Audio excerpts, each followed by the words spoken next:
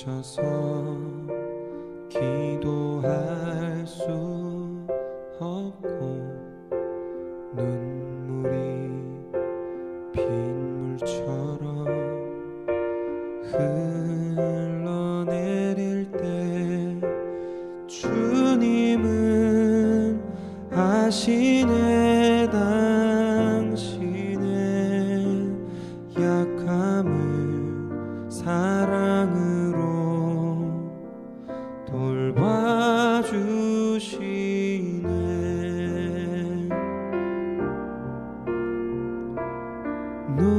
누군가 널 위하여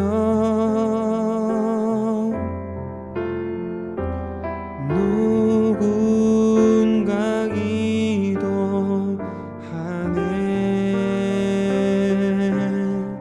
내가 홀로 외로워서 마음이 무너질 때 누군가 널 위해 기도하네.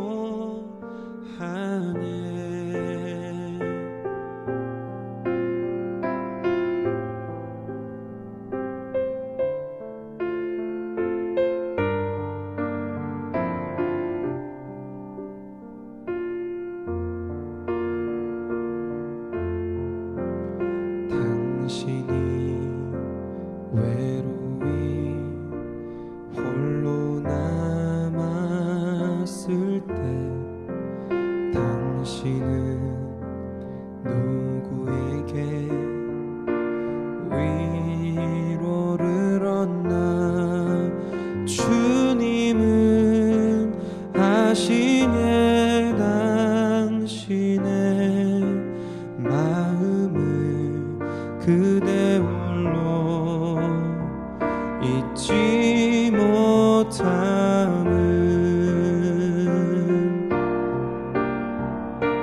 조용히 그대 위해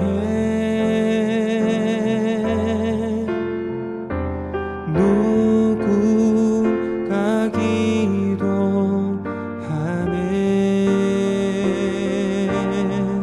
내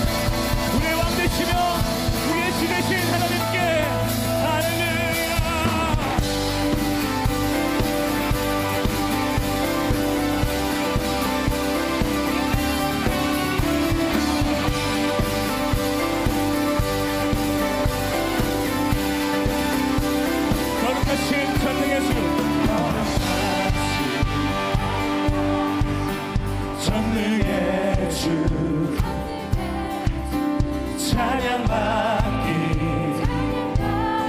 마땅하신 주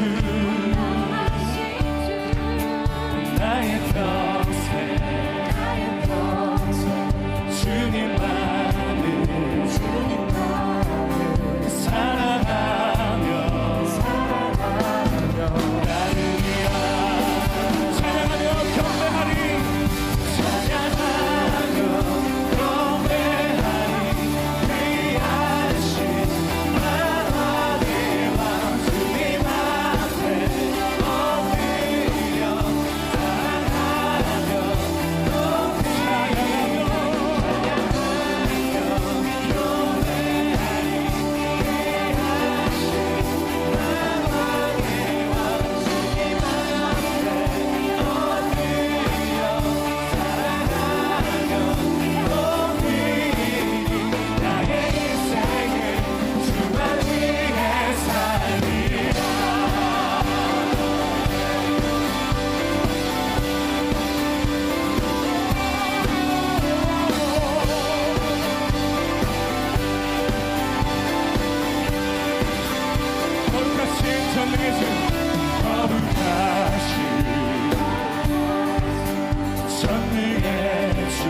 주님만을 사랑하며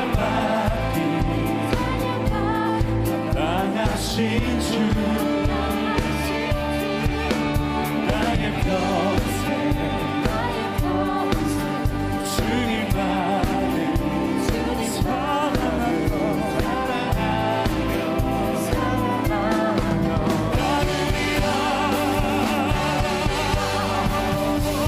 찬양하며 경배하리 귀하신 만왕의 왕 주님 앞에 엎드려 사랑하며 높이리 찬양하며 경배하리 귀하신 만왕의 왕 주님 앞에 엎드려 사랑하며 높이리 나의 인생을 주만 위해 살리라 모든 주의 주 모든 왕의 왕 모든 주의 주 모든 왕의 왕 전능하신 분 만물의 주님 주님 만우엘 위대하신 분 어린 양 대신 평화의 왕 살아계신 주 구원의 은혜 영원히 다스리는 나의 알파 오메가 처음과 나중 나의 구원 되시라 모든 주의 주께 모든 주의 주 모든 왕의 왕 전능하신 분 만물의 주님 주님 만우엘 위대하신 분 어린 양 대신 살아계신 주께 구원의 은혜 영원히 다스리는 창조의 근원자 나의 알파 오메가 처음과 나중 나의 구원 되시라 친구의 친구 나의 인생을 주만 위해 살리라 나의 인생을 주만 위해 살리라 나의 인생을 주만 위해 살리라 할렐루야 하나님의 왕께 주의 주께 우리 알파 오메가 되시며 날마다 우리 가운데 세임을 주시는 하나님께 박수로 함께 높이 올려드리시겠습니다. 아멘 할렐루야 왕이신 하나님 높임을 받으소서. 아멘 아멘 아멘 할렐루야.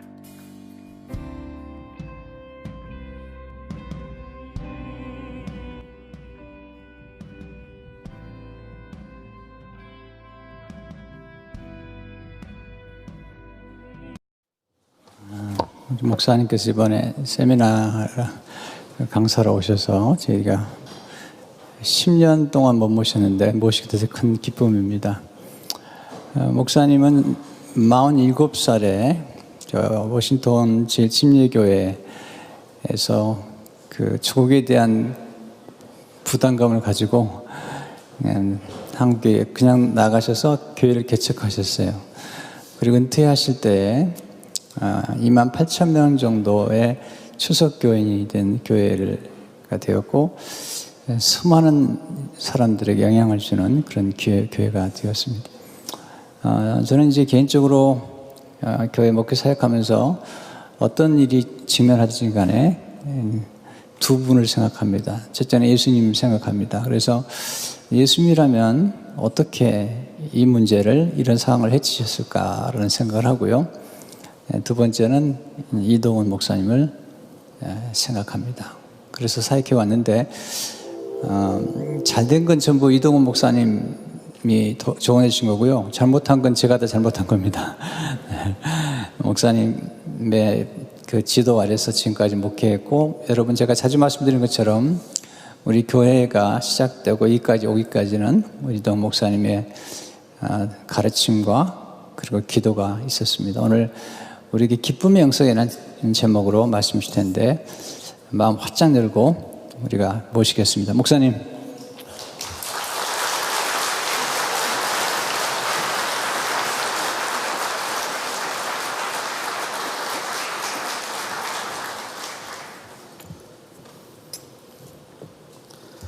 네, 우리 강 목사님 사역하시는 교회. 그동안 여러분들이 새빵살이 하다가 또 이렇게 영적인 홈을 만들고 비전센터에 입당하게 된 것을 진심으로 축하합니다. 기쁘시죠, 여러분? 몇 사람만 기쁘신 것 같아요, 그냥. 네, 이런 기쁨이 우리가 영적인 홈인 이러한 예배당 비전센터를 마련하는 것에 끝나지 않고 그것이 여러분의 일상생활에 연결되어서 여러분의 일상이 기쁨으로 넘치는 그런 삶이 되시기를 축복하고 싶습니다. 기쁘세요, 정말? 제가 성경을 보니까 오늘 여러분 주보 안에도 그런 것이 있는데 예수님의 영성이 뭘까? 이번에 영성 세미나도 했는데 예수님의 영성. 가장 중요한 것이 두 가지 같아요. 우리가 요한복음 15장에 보면 게리 타마스가 15장 갖고도 설교도 했는데 이렇게 시작되죠. 15장을 포도나무의 장, 예수님이 나는 포도나무여 너희는 가지니. 가지가 된 신자들이 포도나무이신 주님 앞에 붙어 있었을 때 맺힐 수 있는 열매가 뭘까? 그 첫째 열매는 사랑의 열매예요. 요한복음 15장 보시면 내 안에 거하라. 그리고 그 다음에 사랑 안에 거하라 그럽니다. 첫 번째 열매는 사랑이에요. 두 번째는 뭐냐면 내 기쁨이 너희 안에 있어서 너희의 기쁨이 충만했으면 좋겠다. 두 번째가 기쁨의 열매입니다. 사랑과 기쁨. 이것은 성령의 열매와도 연결이 됩니다. 성령의 열매 9가지 우리가 보통 생각하죠. 첫째가 뭐예요? 성령의 열매는 사랑, 두 번째가 희락이에요. 희락이 바로 기쁨이죠. joy. 두 번째가 기쁨이에요. 그리고 이 열매는 9가지 열매는 다 사실 한 분의 인격을 가르치고 있는 것입니다. 누구예요? 예수님이죠. 사랑으로 충만하신 분, 기쁨으로 충만하셨던 그분. 우리가 예수님을 닮아간다면, 예수님께 붙어 있다면 그분처럼 사랑의 영성, 그 다음에 기쁨의 영성으로 충만해야 한단 말이죠. 근데 참 이 기쁨의 영성을 계속 유지하면서 산다는 것이 쉽지가 않아요. 한 젊은이가 군대 갔다가 집에 휴가 맡아 왔는데 보니까 아버지가 표정이 안 좋아요. 그래서 아버지 무슨 일 있어요? 그러니까 아무 일 없다. 근데 아버지 표정이 그러세요. 글쎄다. 내가 요즘 차 한 잔 계속 마시는데 그 차 때문에 그런가? 무슨 차 마시세요? 그러니까 내가 구기자 차를 마신다. 그러니까 아버지 잠깐 기다리세요. 밖에 나갔더니 뭘 사왔다고 그러죠? 뭐예요? 피자 사왔어요. 피자. 이 말이 이해가 안 되는 분이 있어요. 꾸긴 것을 피해야 한대. 피자 이 말이에요. 아, 이제 이해가 되시네요, 이제. 네. 자, 옆에 전후 앞뒤에 있는 분하고 우리가 피입시다 한번 해보세요. 시작. 피입시다. 그래도 인생이라는 것은 수많은 문제가 계속 쳐들어온단 말이죠. 하나의 문제가 지나가면 또 다른 문제가 찾아오고 마치 파도의 물결이 밀려오듯. 그런 세상 속에서 어떻게 그런 기쁨을 유지하며 기쁨의 영성으로 평생을 사는 것이 가능할까요? 기쁨을 위협하는 것들이 가득한 세상에서. 오늘 본문 우리가 잘 아는 갈릴리 가나의 혼인잔치 사건, 요한복음 2장입니다. 자, 이 잔치, 혼인잔치 얼마나 기쁜 날이에요. 근데 그 기쁨을 위협하는 사건이 생기잖아요. 포도주가 떨어졌어요. 포도주가. 유대인들의 결혼잔치에서 포도주는 있어도 좋고 없어도 좋은 것이 아니라 없으면 잔치 못해요. 네, 포도주가 없으면 기쁨도 없다. 이건 유대인들의 격언처럼 쓰여지는 말이에요. Where there is no wine, there is no joy. 포도주가 없으면 기쁨도 없다. 기쁨도 없다. 그러니까 포도주가 떨어졌어요. 그러면 잔치 그만둬야 돼요. 근데 잔치 계속되었거든요. 그 비밀이 뭐냐? 자, 잔치를 중단하려는 위기 앞에서 위기를 극복하고 이 기쁨의 잔치를, 축제를 계속할 수 있었던 비밀. 그 첫째는 뭐냐면 예수님을 그 자리에 초청했기 때문에 그것이 가능했어요. 자, 본문은 이렇게 시작합니다. 요한복음 2장 1절 이렇게 시작해요. 사흘째 되던 날, 갈릴리 가나에 혼례가 있어. 사흘째 되던 날. 그러니까 우리가 이렇게 생각해요. 자, 사흘 전에 뭔가 사건이 일어났어요. Something happened. 사흘이 지났어요. 어떤 날? 그걸 뜻하는 것일까? 그럴 수도 있어요. 근데 그렇지 않을 수도 있어요. 전통적인 유태인들은 한 주간을 부를 때 우리처럼 월요일, 화요일, Monday, Tuesday, Wednesday 이렇게 부르는 것이 아니고 한 주간을 유태인들은 이렇게 부릅니다. 첫째 날, 둘째 날, 셋째 날, 넷째 날, 다섯째 날, 여섯째 날, 그리고 그 다음 날을 샤바트, 안식일 이렇게 불러요. 이건 창조의 순서를 따라가는 거예요. 유대인들의 전통적 안식일, 토요일이죠. 정확하게 말하면 금요일 날 해가 질 때부터 토요일 날 선셋까지. 그러니까 토요일이 안식일. 그러니까 그 다음 날이 한 주간의 첫째 날이에요. 그러니까 지금 주일이 유태인들에게는 뭐예요? 첫째 날이에요. 지금 이스라엘 가면 주일날 다 일해요. 그래서 이스라엘은 한인교회는 예배를 토요일 날 드려요. 토요일 날, 안식일 날. 그러니까 첫째 날 일요일이에요. 주일이에요. 그러면 둘째 날은 언제일까요? 제 대답이 질문이 어려운가요? 네. 첫째 날은 일요일, 주일. 둘째 날은 언제예요? 월요일이죠. 그러면 사흘째 되던 날. 셋째 날은 화요일이겠죠. 그런데 우리 미국이나 한국에서도 결혼식 같은 것은 주말에 많이 하잖아요. 그런데 유대인들은 주말에 안 해요. 화요일 날 많이 해요. 화요일 날. 제가 넉 달 전에도 예루살렘에 있었습니다. 선교사님들 컨퍼런스를 인도했는데 얼마나 시끄러운지 몰라요. 제가 여기 사는데 바깥이 너무 시끄러운 거예요. 보니까 결혼식이 벌어지고 있어. 그날이 화요일이었어요. 화요일. 그러니까 지금도 마찬가지. 자, 그걸 염두에 두시고 읽어보세요. 요한복음 2장 1절 다시 사흘 다 같이 읽어요. 시작. 사흘째 되던 날 갈릴리 가나에 혼례가 있어 예수의 어머니도 오고 계시고. 네. 이제 혼인잔치가 열렸어요. 그런데 3절에 보니까 포도주가 떨어졌다. 포도주가 떨어졌다. 잔치 그만둬야 돼요. 근데 계속할 수 있었거든요. 파티를 계속했습니다. 그 비밀이 뭐냐? 2절이 가르쳐줘요. 2절. 자, 요한복음 2장 2절 같이 읽습니다. 시작. 예수와 그 제자들도 혼례에 청함을 받았더니 예수님이 초청받아 거기에 오셨어요. 예수님이 거기에 계셨어요. 문제가 생겼습니다. 잔치 그만둘 만한 사건이 생겼습니다. 그런데 계속했습니다. 그 이유는 예수님이 거기에 계셨기 때문에. 그분이 초청받아 오셨어요. 자, 요한복음 2장이 본문이에요. 예수님이 어떻게 오시게 되었을까? 생각해 보면 다음 절에 이제 예수님 어머니 마리아가 나오는데 마리아가 그 잔치집에 하인들에게 막 무슨 명령을 하거든요. 아무리 하인이지만 남의 집에 가서 남의 집 하인들에게 명령하는 거 쉽지 않습니다. 그러니까 성경학자들은 생각하기를 예수님의 어머니 마리아와 이 집이, 잔치집이 무슨 커넥션이, 관계가 있을지 모른다. 친척이었을지 모른다. 그러니까 예수님의 어머니가 올 때 예수님도 따라 오셨을 가능성 하나. 근데 또 하나 가능성은 본문이 요한복음 2장인데 2장 전에는 몇 장입니까? 제 질문이 어려워서 대답을 못 하십니까? 저도 이민 목회해봐서 이민 생활의 어려움을 잘 알아요. 근데 여러분에게 어려운 질문을 해서 여러분을 고통스럽게 할 의사가 전혀 없습니다. 그래서 아주 쉬운 질문만 합니다. 요한복음 2장 전에는 몇 장? 1장이에요. 1장. 근데 1장에 보면 예수님이 제자들을 부르세요. 제자들을. 자, 안드레를 부르시고 베드로를 부르시고 빌립을 부르시고, 근데 요한복음 1장에 보시면 마지막에 부르시는 제자가 있어요. 한 사람. 이름 혹시 아세요? 요한복음 1장에 예수님이 부르시는 제자. 성경 가져왔으면 이건 뭐 실력 없어도 시력만 있으면 보이는데 이렇게. 누구예요? 그 제자 이름이? 네, 나다나엘. 근데 나다나엘이 1장에 등장하고 사라져요.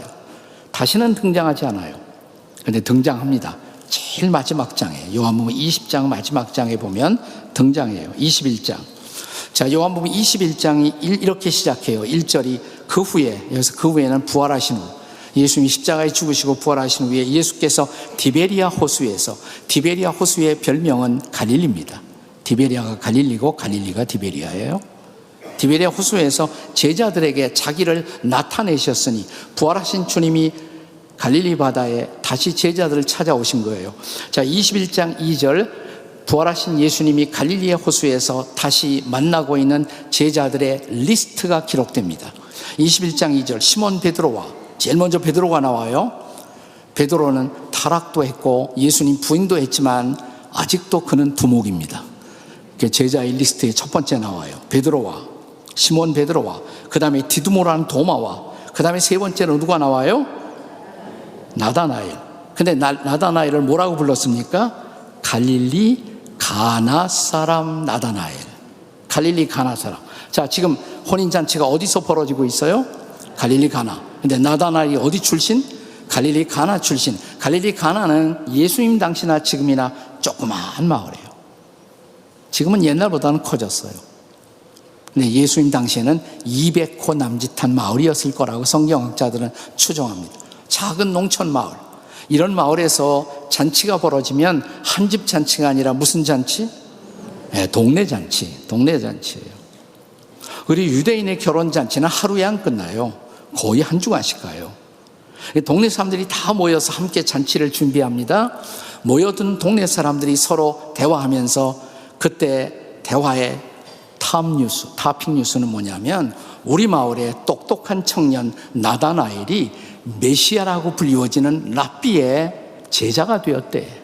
예수의 제자가 되었대. 그러자 누군가가 말하기를, 그래, 그러면 이번 우리 잔치에 한번 나다나엘 통해서 나다나엘 스승이신 예수님 한번 초청하면 어떨까?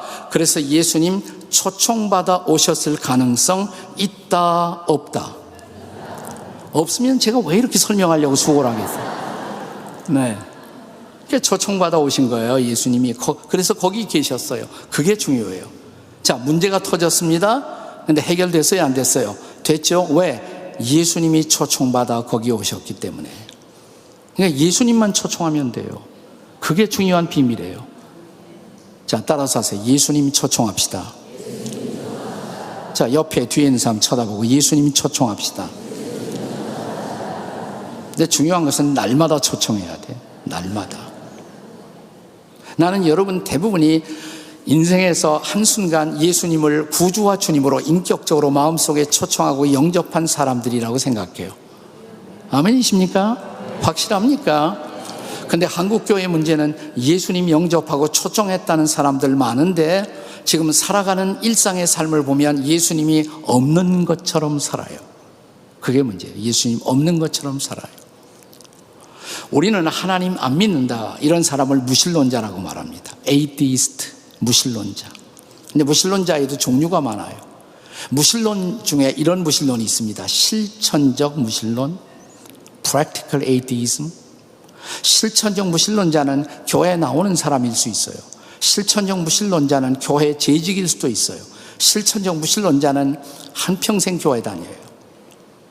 근데 사는 거 보면 하나님이 없는 것처럼 살아요. 이게 실천적 무신론자예요. 부부싸움 할 때 보면 하나님이 안 보여. 하나님 없는 것처럼. 인생의 중요한 결정하면서 하나님을 고려하지 않고 자기 자식들 어느 학교 보낼까? 하나님의 의견 묻지 않고 그냥 아이빌리그 가야지. 하나님의 뜻입니까 그것이? 하나님 어디 계세요? 있으나 마나 실천적 무신론자예요. 중요한 것은 우리의 삶의 장에 날마다 하나님이 함께하고 있는지, 그분이 계시는지, 예수님이 함께하는지. 한국교회에 좋은 영향을 끼치시다가 떠나가신 선교사님 가운데 아르초 토레이 대천덕 신부님, 성공의 신부예요. 가톨릭이 아니라. 강원도의 지저스 애비 예수원이라는 그런 공동체를 만들고 거기서 참 한국교회를 위한 중보기도를 많이 하셨어요. 제가 가까이 지냈습니다. 그분하고. 그분 할아버지는 더 유명해요. 그 할아버지가 미국의 유명한 전도자 D.L. 무디와 동역했던 루벤 토리가 그분의 할아버지예요. 무디 신학교도 그분이 총장했고, 이 바이올라도 그분이 총장 처음에 했어요. 루벤 토리. 그 손자가 알초 토리예요. 알초 토리 대천덕 신부. 근데 한번 저희들 몇 사람하고 얘기하는데 큐티 얘기가 나왔어요. 아침에 우리가 일어나면 큐티 하잖아요. 성경 읽고 기도하고. 근데 그분은 거기서 끝나지 않고 자기가 꼭 하는 것이 기도할 때 자기는 수첩 꺼내고 하루 일정을 위해서 기도한다는 거예요. 하나님, 나 10시에 누구 만나요? 그때 그분하고 할 얘기를 주님이 도와주세요. 나 누구하고 점심 먹어요? 그때 제가 그를 잘 격려할 수 있도록 점심시간에 예수님 저하고 같이 계셔주세요. 2시에 회의 있어요. 그 회의 나가서 제가 어떤 말로 적절하게 거기 있는 사람들에게 격려할지 주님이 가르쳐 주세요. 하루 일정을 위해서 기도하는. 우리는 예수님 영접해놓고 예수님 없는 것처럼 살아요. 그러니까 문제를 감당할 수 없어요. 그분이 날마다 매 순간마다 우리가 그분을 초청하고 그분이 진실로 우리와 함께 하는지. 어떤 아이들이 주일날 야외 예배를 갔습니다. 자연 속에서 하루 종일 신나게 뛰어놀다가 저녁에 인솔해 가지고 온 전도사님이 아이들 다 모아놓고 여러분 오늘 재밌게 지냈죠? 예 하고 대답합니다. 누가 대표로 한번 감사기도 할까요? 어떤 소년이 발런티어를 했어요. 앞에 나와 기도를 합니다. 하나님, 예수님 너무 재밌었어요. 신나게 놀았어요. 하나님도 예수님도 여기에 우리들과 같이 계셨더라면 참 좋을 뻔했어요. 우리는 하나님 빼놓고 예수님 빼놓고 우리끼리 좋은 시간 가는 거 아니에요? 그분이 함께 하십니까 정말? 날마다 함께 하십니까? 네, 인생의 수많은 문제를, 파도를 이기고 기쁨의 영성을 가지고 평생을 살아가는 비밀. 문제는 와요. 문제 없는 가정이 어디에 있습니까? 문제 없는 공동체가 어디에 있습니까? 문제 없는 나라가 어디에 있습니까? 지금 우리들의 조국은 조국 때문에 문제가 아주 많아요. 이 나라는 문제 없습니까? 여러분이 뽑은 대통령, 이상한 대통령이 있어서 여기도 지금 나라에 문제가 많단 말이죠. 여기 와도 문제, 저기 가도 문제. 그런데 문제가 있다는 것은 문제가 아니에요. 문제를 극복하지 못하는 것이 문제이지. 문제가 있다는 것은 문제가 아니고 문제를 극복하지 못하는 것이 문제예요. 문제가 있다는 것이 문제가 아니라 문제를 극복하지 못하는 것이 문제예요. 한번 따라서 해보세요. 옆에 있는 사람이 문제가 있는 것이 문제가 아니라 문제를 극복하지 못하는 것이 문제입니다. 다 같이 시작.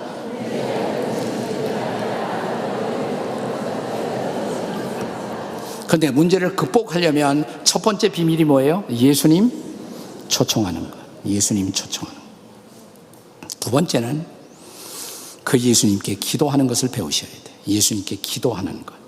자, 오늘 본문에 보시면 3절 다시 한번 읽습니다. 본문 3절 시작. 포도주가 떨어진지라 예수의 어머니가 예수에게 이르되 저들에게 포도주가 없다니. 포도주가 떨어졌다. 문제를 성경이 기록하고 있어요.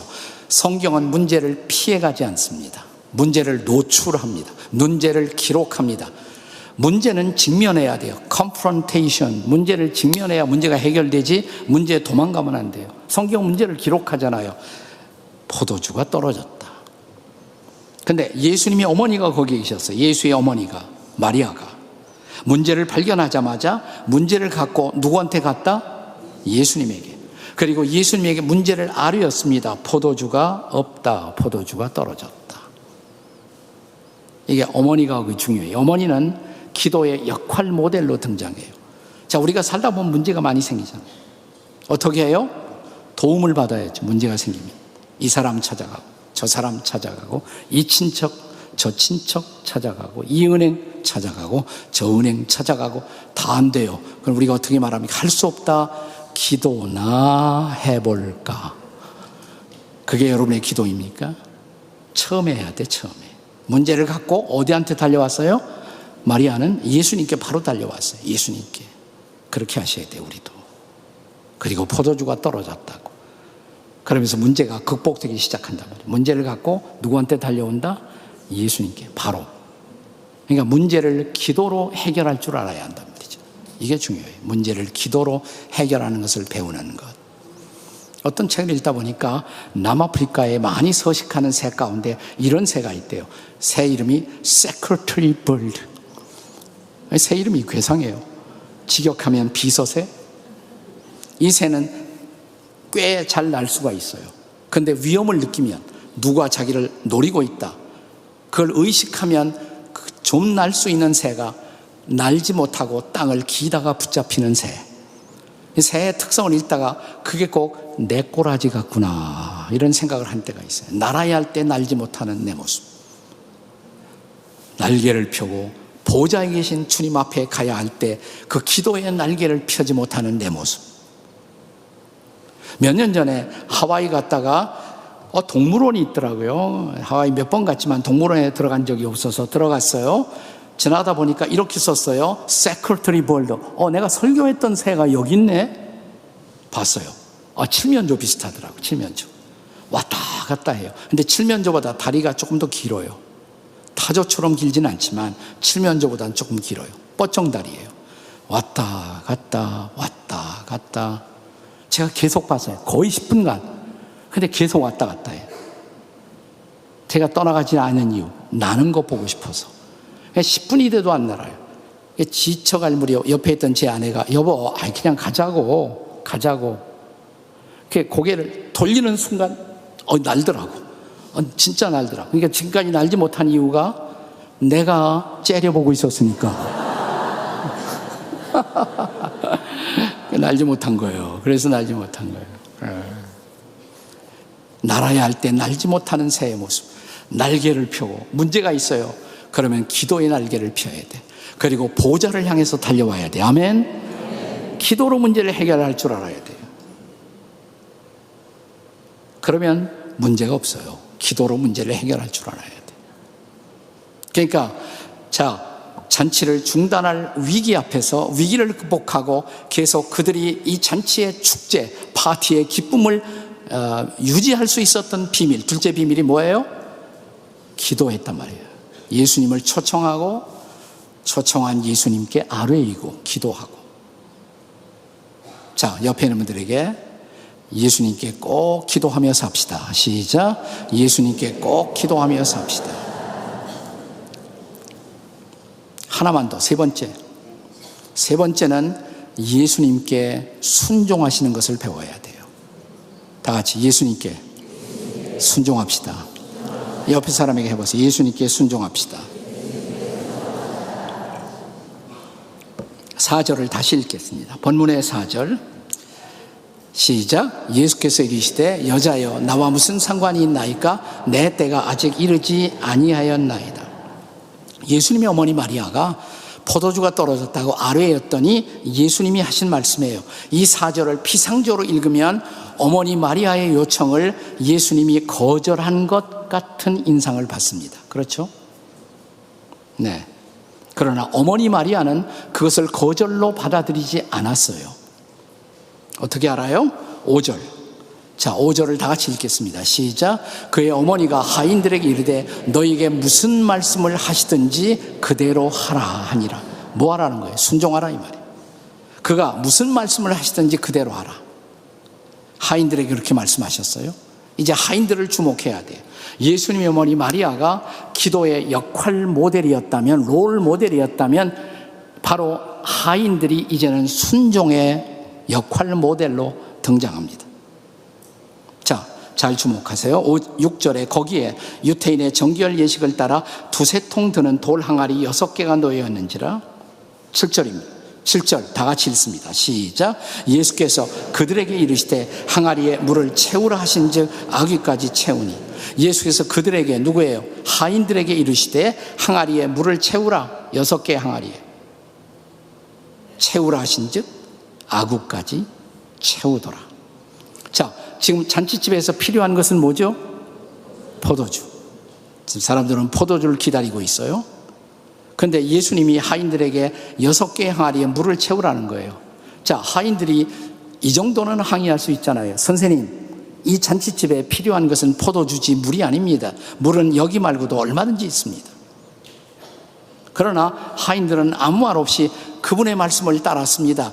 물을 채우라 하신즉 아구까지 채우더라. 순종해요. 순종. 자, 그 다음 절 8절 다 같이 읽겠습니다. 8절 다 같이 시작. 이제는 떠서 연회장에게 갖다 주라 하시매 갖다 주었더니. 잔치를 주관하는 연회장, 호스트에게 갖다 주라는 거예요. 뭘 갖다 주라는 거예요? 뭘 갖다 주라는 거예요? 자, 잔치집 손님들은 뭘 기다리고 있어요? 포도주. 포도주 기다리는 사람들에게 물 갖다 주었다가 누굴 물 먹이냐고 그러면 어떻게 하겠어요? 근데 갖다 주라 하심에 갖다 주었더니 순종했다 이거예요. 갖다 주었더니. 자, 어떤 일이 벌어집니까? 9절 다 같이 읽겠습니다. 9절 시작. 연회장은 물로 된 포도주를 맛보고도 어디서 나는지 알지 못하되 물 떠온 하인들은 알더라. 연회장이 신랑을 불러. 자, 연회장이 그 가져온 항아리에 물을 맛을 봤더니 물이 아니에요. 포도주예요. 극상품 포도주의 맛이에요. 아니, 이런 포도주가 어디 있었지? 잔치를 주관하는 그 사람도 몰랐다는 거예요. 근데 성경은 이렇게 기록합니다. 물 떠온 하인들은 알더라. 물 떠온 하인들은 알더라. 아니, 저게 포도주로 변했다고? 그렇다면 우리는 항아리에 물만 채웠어. 저게 포도주라면 메시아라고 불리워지는 저 선생님이 하신 이름에 틀림이 없어. 물 떠온 하인들은 알더라. 누가 알더라? 물 떠왔던 사람, 순종했던 하인들. 나는 이 대목을 이렇게 읽고 싶어요. 따라서 읽으세요. 순종한 하인들은 알더라. 누가 알아요? 순종한 하인들. 누가 이 기독교 신앙의 깊이를 알아요? 누가 이 신앙의 높이를 알아요? 누가 이 신앙의 광대함을 알아요? 순종해 본 사람. 교회만 나온 사람은 몰라요. 이 말씀을 붙들고 순종해 본 사람. 오늘 여러분 말씀 암송하는 모습이 너무 아름다워요. 근데 거기서 끝나지 말고 암송한 말씀 가지고 순종까지 해야 돼. 순종까지. 이 순종이 기적의 비밀이에요. 이 순종이 물을 포도주로 변화시킨 거예요. 순종.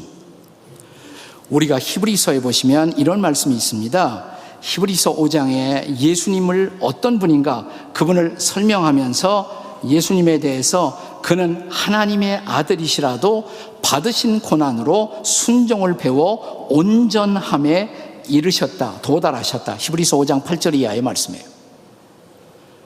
예수님도 평생을 통해 순종을 학습하셨다는 거예요. 순종하는 거, 배우는 거, 이게 신앙생활이에요.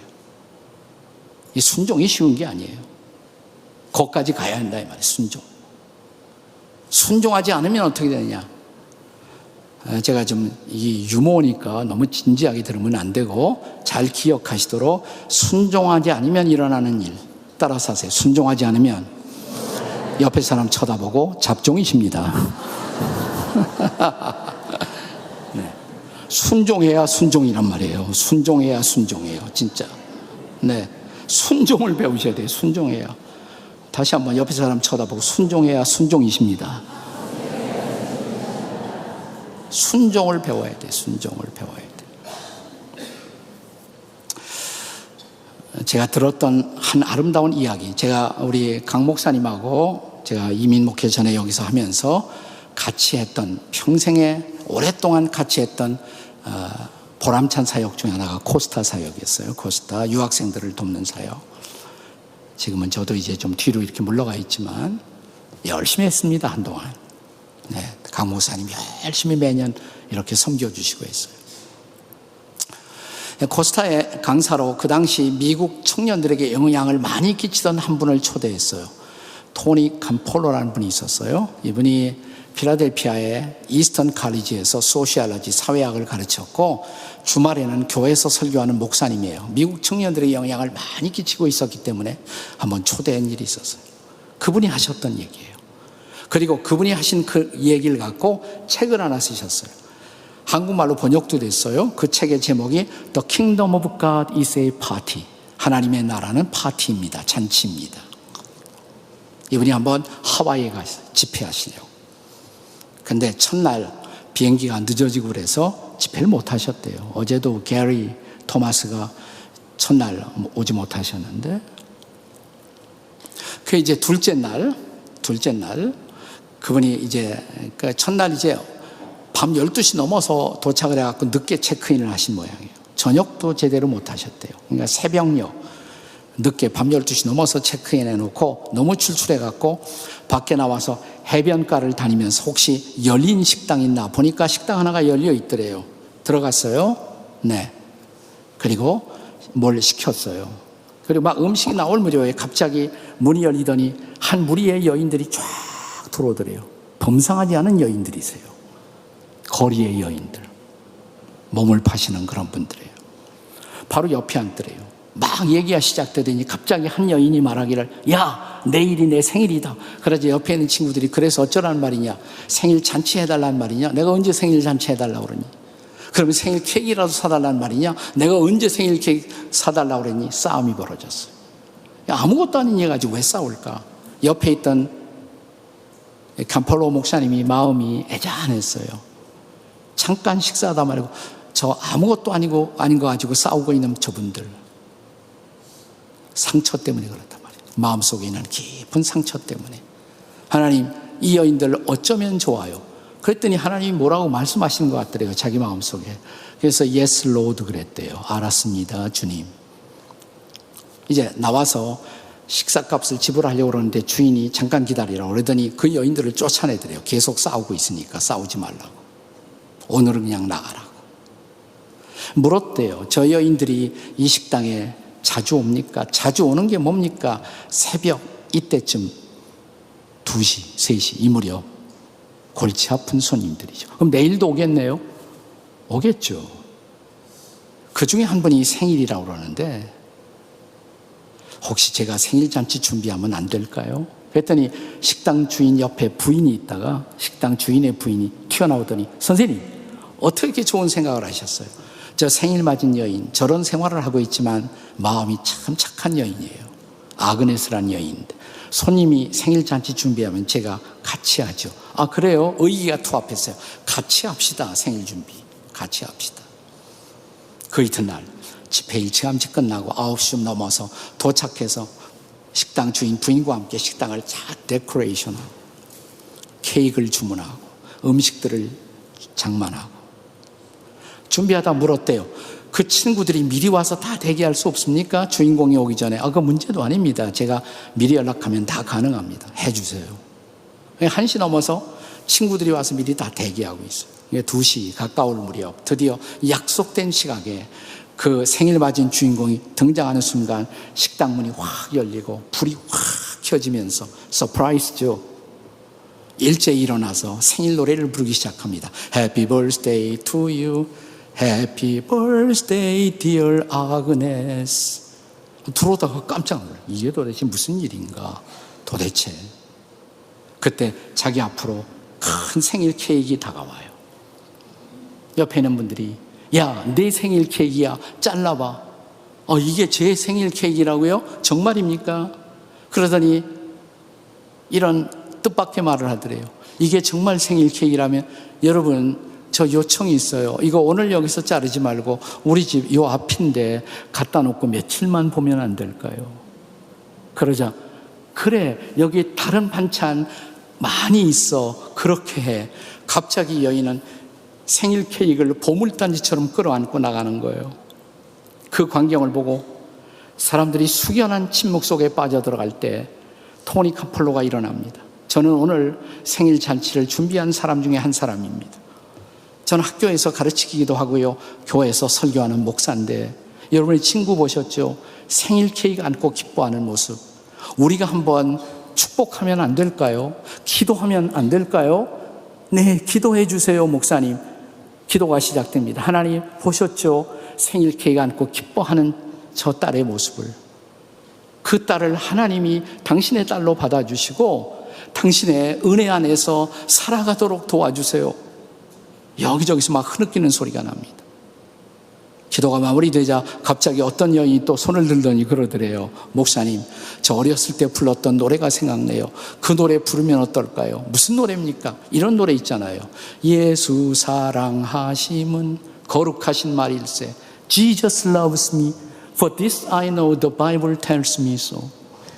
찬양이 불러 퍼지고 이 책의 마지막에 이런 얘기가 나와요. 교회가 아닌 허술한 식당, 기도가 드려지고 찬양이 울려 퍼지고 성령님이 사람들의 마음을 만지고 있었다. 하나님의 나라가 여기에 임하고 있었다. 하나님의 나라가. 그 마지막에 내가 식당에 기도하다가 드렸던 짤막한 기도, 주님 이 여인들 어떻게 하면 좋아요? 그때 주님이 주셨던 말씀, 네가 생일 파티 해줘. 이 단순한 주님의 분부 앞에 순종했더니 순종이 가져온 기적, 순종이 가져온 하늘나라의 새벽. 나는 여러분의 교회 안에 이런 기적의 잔치가, 기적의 파티가 계속되는 공동체가 되시기를 주님의 이름으로 축복합니다. 수많은 사람들이 여기 와서 그 사랑 발견하고 그 기쁨 발견하고 그 은혜를 터치를 받고 새로워지는 놀라운 역사로 충만한 교회, 새생명 비전 교회가, 그리고 파티하는 교회, 축제하는 교회가 계속되기를 주님의 이름으로 축원합니다.